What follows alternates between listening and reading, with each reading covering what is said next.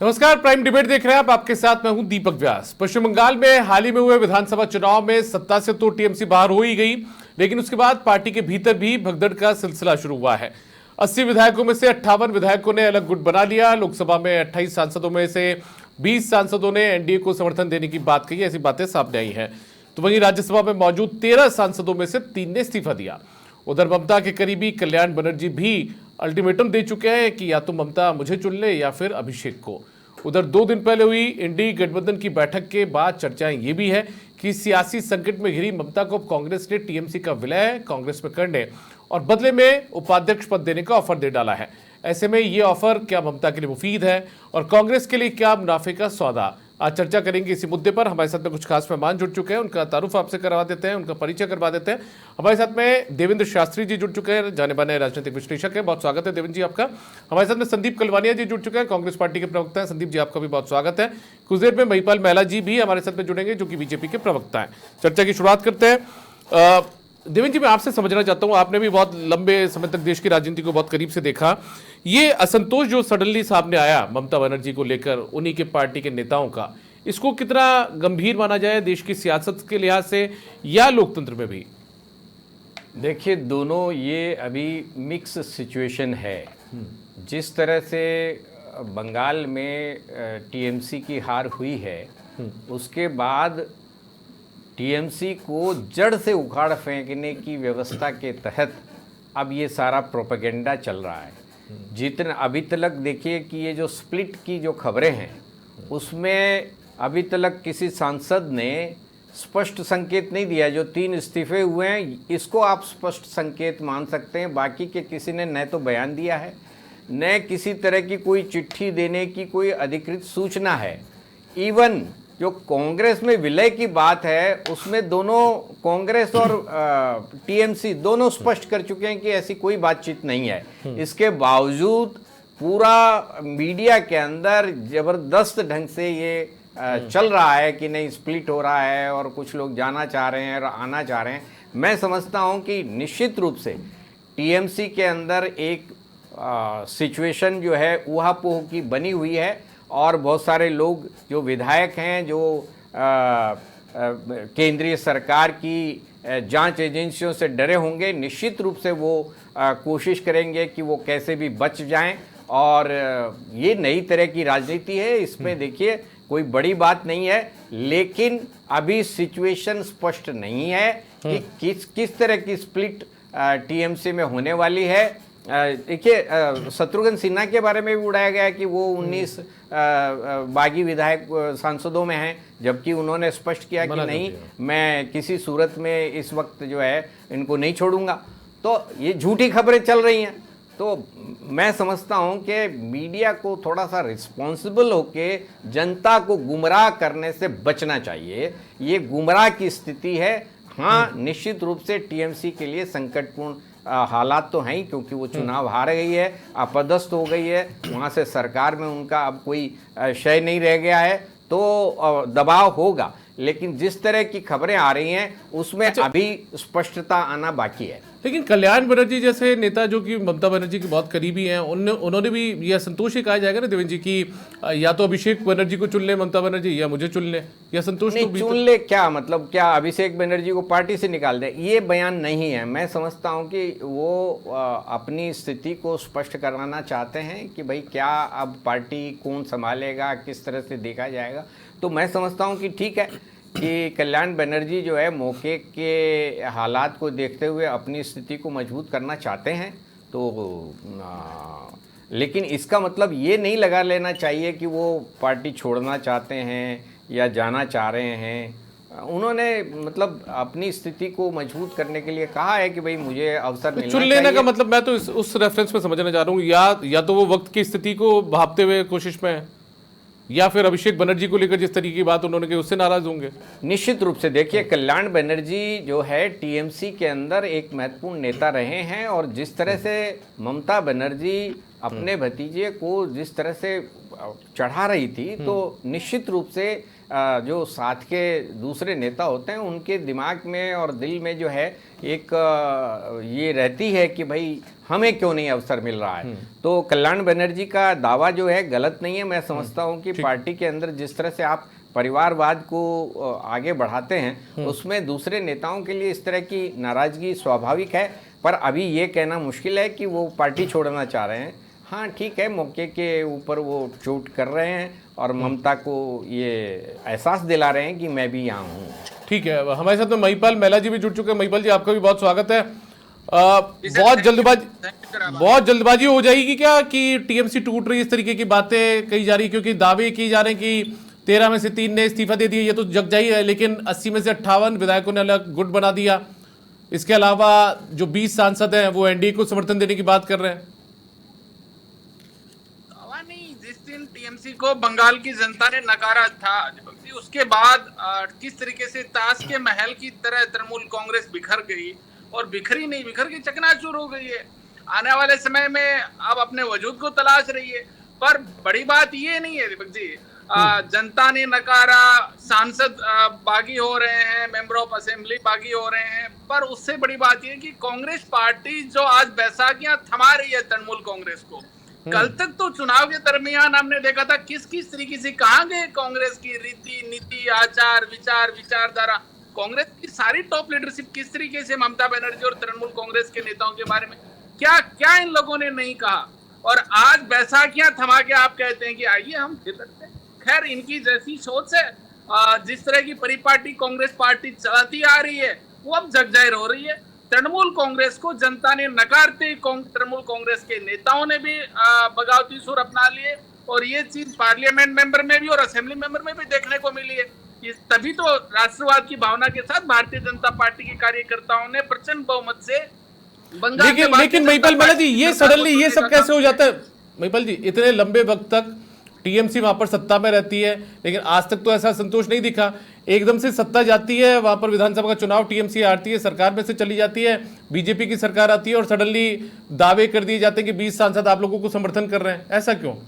इसके पीछे डर की राजनीति? सर सडनली नहीं, एक लंबी पटकथा कांग्रेस पार्टी के द्वारा लिखी गई थी, और आज जो कांग्रेस पार्टी घड़ियाली आंसू बहा के ममता बनर्जी और तृणमूल के साथ खड़ी है, वो आंसुओं में कहीं कोई सत्यता नहीं, वो तो घड़ियाली आंसू हैं।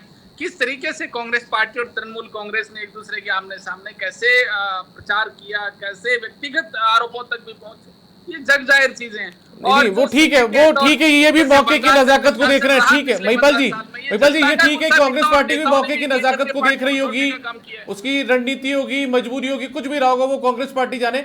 लेकिन अचानक से सत्ता में से टीएमसी की विदाई होती है, वो चली जाती है, बीजेपी सत्ता में आ जाती है, लंबे वक्त बाद में टीएमसी की विदाई होती है। तो ऐसी स्थिति में ये अचानक से हृदय परिवर्तन कैसे हो गया टीएमसी के नेताओं का? इस पर भी लोग सवाल खड़े कर रहे हैं। टीएमसी के बहुत सारे नेता चुनाव के दरमियान भी, जहां तक हमने इस बात को ऑब्जर्व किया, और चूंकि आपने माइक्रो ऑब्जर्व किया है, मीडिया की हमेशा आंखें बंगाल चुनाव में विशेष रूप से थी कि तृणमूल कांग्रेस के भी बहुत सारे नेता ऐसे थे जो तृणमूल कांग्रेस के जिन लोगों के द्वारा फैसले लिए जा रहे थे, 2-5 लोगों के द्वारा, उनसे नाखुश थे। और ये उसी का परिणाम है, जहां डिक्टेटरशिप हावी होती है वहां फिर काम करने वाले लोग अपने आप को ऐसे महसूस करते हैं और वो राष्ट्रीय विचारधारा के साथ जुड़ने का काम करते हैं। मैं एक बार सर वापस आता हूं आपके पास में। संदीप कलवानिया जी, ये अचानक से जो कांग्रेस पार्टी है वो टीएमसी को जिस तरीके से सहारा दे रही है, इसके पीछे आपकी राजनीतिक मजबूरी माना जाए, राजनीतिक गणित माना जाए, क्या माना जाए, सहयोग माना जाए? दीपक जी, जिस प्रकार से आप अभी बता रहे हैं कि टीएमसी का और कांग्रेस का विलय, तो ये खबरें जो मात्र और सिर्फ मीडिया की देन है, ऐसी कोई आधिकारिक कोई जानकारी? मैं विलय की बात नहीं कर रहा, मैं तो ये कह रहा हूं कि इस तरीके का प्रस्ताव चर्चाओं में है, मैंने विलय की बात नहीं की है। तो मैं उसी का तो जवाब दे रहा हूँ। डिबेट में हाँ या ना का थोड़ी होता है, मैं उसी का तो जवाब दे रहा हूँ। तो इस तरह के जो आधिकारिक कोई प्रस्ताव अभी है नहीं। जिस प्रकार से मगर आपने अभी बात बताई कि भाई आज कांग्रेस तो देखिए नेशनल लेवल पे, राष्ट्रीय स्तर पे हमारा इंडिया गठबंधन है, उसका बहुत ही महत्वपूर्ण घटक दल है, ये क्षेत्रीय दल है जो टीएमसी है, और ये हमारी सहयोगी है राष्ट्रीय स्तर पे। जब वहाँ क्षेत्रीय स्तर पे जो चुनाव लड़ा, तो हमने भी वहाँ पर इंडिपेंडेंट चुनाव लड़ा था पश्चिम बंगाल में, और वहाँ पर तृणमूल कांग्रेस ने भी इंडिपेंडेंट चुनाव लड़ा था। मगर जब बंगाल में जो चुनाव की बात है वहां चुनाव नहीं हुआ, वहां पर एक सत्ता का दुरुपयोग करके वहां पर सत्ता हथियाई गई है। आप देखें जिस प्रकार से 32 लाख वोटरों को नाम काटे गए हैं और उनको योग्य वोटों को उनको वंचित किया गया है मताधिकार से, तो ये भारतीय जनता पार्टी की फितरत है। दूसरा मैं बताऊं कि जिस प्रकार से भारतीय जनता पार्टी ने, चाहे आप देखें शिवसेना का किस प्रकार से इन्होंने विखंडन किया, एलजेपी का किया, उसके बाद में एनसीपी का किया, फिर यहाँ शिरोमणि अकाली दल का किया, तो ये भारतीय जनता पार्टी की फितरत है। ये लगातार इसी तरह की राजनीति जोड़ तोड़ की करते हैं। कांग्रेस, आपको मैं बताऊंगा 26 साल तक जो आज ममता बनर्जी थी वो कांग्रेस की लीडर रही हुई है, और 1998 में जब टीएमसी का गठन हुआ था तब से लेकर अब तक उन्होंने जो अपनी नई पार्टी बनाई वहां पर 3 बार वो सत्ता में भी रही, वामपंथियों के साथ उन्होंने जबरदस्त मुकाबला भी किया, उनको सत्ता से बाहर भी किया। और आने वाले दिनों में आप देखें कांग्रेस उस पार्टी, उस नेता का हमेशा स्वागत करती है जो संवैधानिक ताकतों के विरोध में जो काम कर रहे हैं, उनके साथ हमेशा है। आज देश में ठीक है, बिल्कुल जो संवैधानिक प्रावधान, संवैधानिक संस्थाओं का दुरुपयोग हो रहा है जिस प्रकार से, ठीक है, मैं आता हूं, आपके पास आता हूं। टीएमसी की है जो कांग्रेस की है, तो हम राष्ट्रीय स्तर पे अगर कोई भी दल हमारे साथ आना चाहता है भारतीय जनता पार्टी या देश विरोधी ताकतों के साथ काम करने के लिए, तो हम उनका स्वागत करते हैं। देवेंद्र जी, आप हृदय परिवर्तन पर भी कुछ बोलना चाहते हैं? और एक चीज ये कि जो भी राष्ट्र विरोधी ताकतों के सामने आती है, सत्ता के दुरुपयोग जो लोग करते हैं उनके सामने आकर खड़े होते हैं, उनके साथ में कांग्रेस पार्टी की बात संदीप कलवानिया जी कर रहे हैं, ये राजनीतिक रणनीति है या मजबूरी है कांग्रेस पार्टी के लिए ममता को ऑफर देना? देखिए, ममता के साथ जाना तो अब विपक्ष जो है जिस दयनीय स्थिति में है, तो उसमें अब इनके पास और कोई चारा बचा ही नहीं है कि वो एक दूसरे को सहारा दें। तो निश्चित रूप से वही हालात हैं। उनको, कांग्रेस को भी पता था कि बंगाल में क्या होने वाला है, इसलिए उन्होंने एडवांस में जा कर के कहा कि कोई मदद की ज़रूरत हो तो बताइए। लेकिन चूंकि प्रांतीय और राष्ट्रीय राजनीति में दोनों पार्टियां एक हो नहीं सकती हैं, तो अलग अलग चुनाव लड़ा गया और उसके परिणाम हमारे सामने हैं। हालांकि मैं ये मानता हूं कि अगर कांग्रेस चुनाव नहीं लड़ती और तृणमूल को सहयोग करती तब भी परिणाम यही होते, क्योंकि ये चुनाव दूसरे ढंग से लड़े गए हैं। जिस ढंग से डेमोक्रेटिक प्रोसेस के तहत लड़े जाते हैं उस तरह से लड़े नहीं गए, इसलिए परिणाम तो यही होना था। मैं दल बदल और हृदय परिवर्तन के ऊपर आपसे 2 बात कहना चाह रहा हूँ कि देखिए, जो कांग्रेस ने जो दल बदल कानून के अंदर जो लेकुना छोड़ा, वो उसका भुगतान अब जो है भारतीय जनता पार्टी उनको दे रही है। देखिए, हृदय परिवर्तन क्या होता है? विधायक का किस बात का हृदय परिवर्तन? हृदय परिवर्तन तो जनता का होना चाहिए। उसने, जनता ने किसी और मुद्दे पे चुना और वो जाकर के पैसे लेकर के या कुछ भी किसी भी तरह का हृदय परिवर्तन के नाम से सत्तारूढ़ दल के गोद में जाके बैठ जाते हैं। तो मैं समझता हूं कि हिंदुस्तान का दल बदल कानून आज के दिन जो बना हुआ है, वो अब तक की प्रोग्रेस से ये साबित हुआ है कि ये जनता और डेमोक्रेटिक प्रोसेस का अपमान है। हर बार किया जाता है और पैसे से खरीद फरोख्त होती है और लोभ लालच के तहत ये दल बदल होते हैं। तो अगर आपको पार्टी छोड़ के दूसरी पार्टी में जाना है, तो आपका चुनाव जो दूसरी पार्टी, दूसरी विचारधारा से हुआ था, हर व्यक्ति का, चाहे वो पूरी की पूरी पार्टी ही दल बदल क्यों नहीं करे, तब भी उसका जो है उसको फिर से जनता के पास जाके पूछने की आवश्यकता है। मैं समझता हूं कि जब तक ये दल बदल कानून में संशोधन नहीं होगा, इस तरह की बीमारी, ये जो लंगड़ा प्रजातंत्र है हिंदुस्तान में चलेगा और पैसे और जो लोभ लालच और डर का माहौल जो है वो बना रहेगा राजनीति में। अच्छा, ये दुरुपयोग तो सभी दल करते हैं? कांग्रेस ने भी किया। कांग्रेस ने अपनी सुविधा के हिसाब से ये कानून बनाया और उनको भी सरकारें तोड़नी थी, और आज जो है भारतीय जनता पार्टी वही काम कर रही है, उससे 4 गुना आगे बढ़ के कर रही है। ठीक है, महिपाल जी, आप कुछ कहना चाह रहे हैं? दीपक जी, एक साथ चुनाव हुए, बंगाल के चुनाव भी उसी दिन थे जिस दिन केरला के चुनाव थे। देश की जनता ने डेमोक्रेटिक राइट बंगाल में छीन लिए, पर चुनाव आयोग ने डेमोक्रेटिक राइट केरला में दे दिए। केरला की जनता ने कांग्रेस पार्टी को, देखिए आप कैसे बात कर रहे हैं? केरला में क्या स्थिति हुई थी, तमिलनाडु में क्या स्थिति थी? वहाँ 32 लाख वोटरों को आपने वोट से वंचित किया गया है। वहां पर फिर चुनाव हो ही नहीं सकता। वहां पर बुद्धि फेर का चुनाव हुआ कहाँ नहीं। मेल है? 32 लाख केरला में 32 कांग्रेस लाख जो पार्टी सत्ता योग्य में आती है, आदमी हमने थे। तो अब एक एक करके रख लीजिए अपनी बात। संदीप जी, मैं आता हूँ आपके पास में, पहले महिला जी कुछ बात बोल रहे हैं एक बार। दूषित मतदाता सूची से वहां पर चुनाव करवाया है। ईडी, इनकम टैक्स, सीबीआई का आप देखिए सुनिए, संदीप जी और महिपाल जी, आप दोनों की आवाज मेरे पास नहीं पहुंच पा रही है, एक एक करके बात रख लीजिए अपनी। कहां से लाते हैं सर इस तरह का दोहरा चरित्र? तभी तो कांग्रेस पार्टी पूरे देश से धीरे धीरे साफ हो रही है। ठीकरा ईवीएम पे और चुनाव पे वहां फोड़ा जाता है जहां कांग्रेस पार्टी किसी भी तरह की कोई उपस्थिति दर्ज नहीं करवा पाती या सत्ता से बाहर हो जाती है।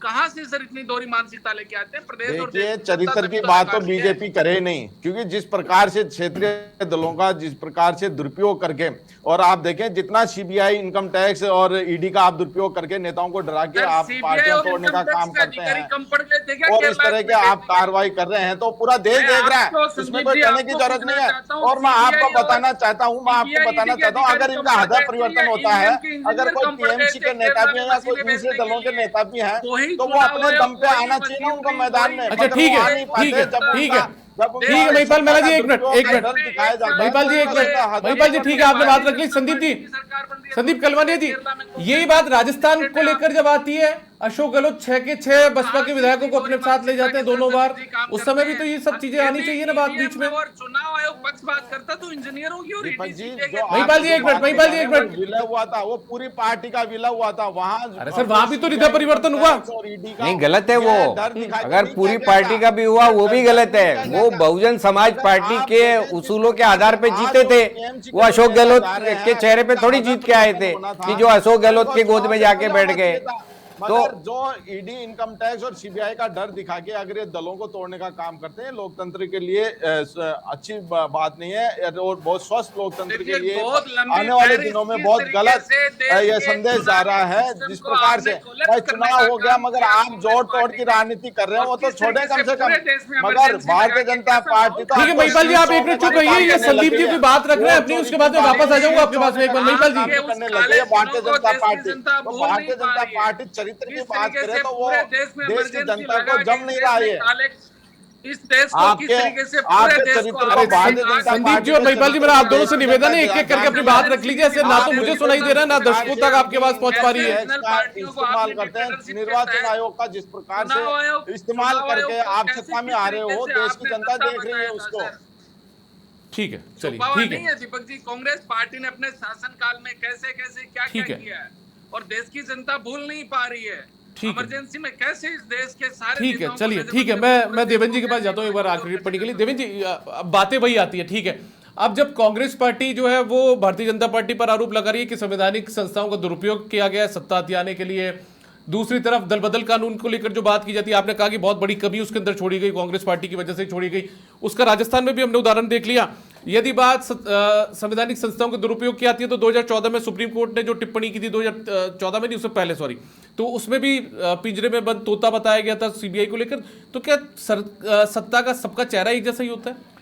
देखिए, आपको एक चीज़ ध्यान होनी चाहिए कि टीएन सेशन के आने से पहले इलेक्शन कमीशन जो है वो कांग्रेस की जेब में हुआ करता था, और जहां सरकारें बदलनी होती थी वो करते थे। और टीएन सेशन ने आकर के इलेक्शन कमीशन की पोजीशन को मजबूत किया, और मैं समझता हूं कि 3-4 कमीशन जो है वो कमो बेस हिंदुस्तान में चुनावी सुधार के ऊपर काम करते रहे। लेकिन जब से ये 2014 के बाद जो भी हालात बने हैं, अब वो देश में चुनावी सुधार को तो आप भूल जाइए, जितना चुनावी बिगाड़ हो सकता है वो कानून बदल के और तमाम तरीके से वो देश में हो रहा है। तो डेमोक्रेसी के साथ तो हम लोग मजाक कर रहे हैं, इसका भुगतान तो होगा, देश को ही करना पड़ेगा, जनता को ही करना पड़ेगा।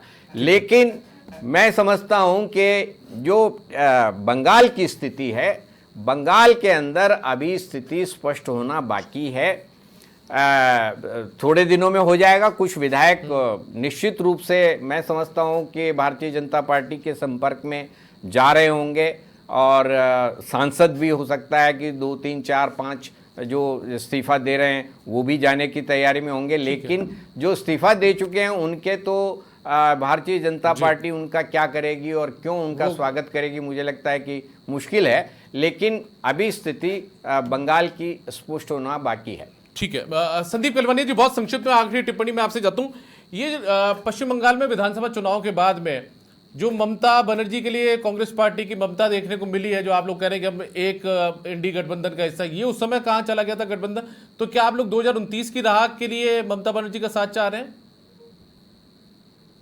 देखिए, आप जिस प्रकार से डिबेट में बार बार इंडिया गठबंधन को ईडी कर करके आप बोल रहे हैं, तो आपकी सोच में दीपक जी बहुत खोट लग रहा है, क्योंकि आप निष्पक्ष पत्रकारिता कर ही नहीं पा रहे। आप लगातार जो इंडिया गठबंधन का हमारा नाम संदीप बार बार इंडी गठबंधन करके आप कर रहे हैं, तो इसमें मेरे को पूरी तरह से आपत्ति है। ये हमारा इंडिया गठबंधन, अब आपत्ति दर्ज कराइए, मुझे सर्टिफिकेट की जरूरत नहीं है आपके, है ना?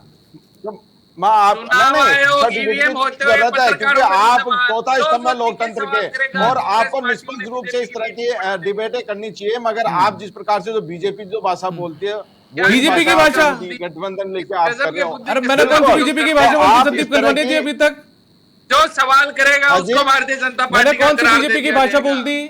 तभी तो स्टेप बाय स्टेप आप लगातार इंडी गठबंधन कर रहे हो। वो अगर इंडी गठबंधन बोल रहा हूँ मैं, मेरे देश का नाम नहीं मानता कि कोई गठबंधन का नाम रख ले इंडिया के नाम पर, भारत के नाम पर, कैसे मान लूंगा मैं? जो बीजेपी जो आप जो बीजेपी के नेता जो भाषा बोलते हैं, उस तरह की आप भाषा इस्तेमाल कर रहे हैं, वो बिल्कुल आपत्तिजनक है।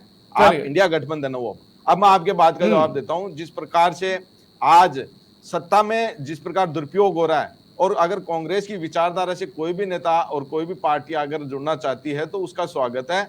मगर आप देखें, आज सीबीआई, इनकम टैक्स, ईडी, निर्वाचन आयोग के सब दबाव में रह के काम कर रहे हैं। निष्पक्ष तौर से कोई काम नहीं हो पा रहा। ठीक है, और लगातार ठीक है। महिपाल जी, आपकी आखिरी टिप्पणी विरोध करते रहेंगे संक्षिप्त में।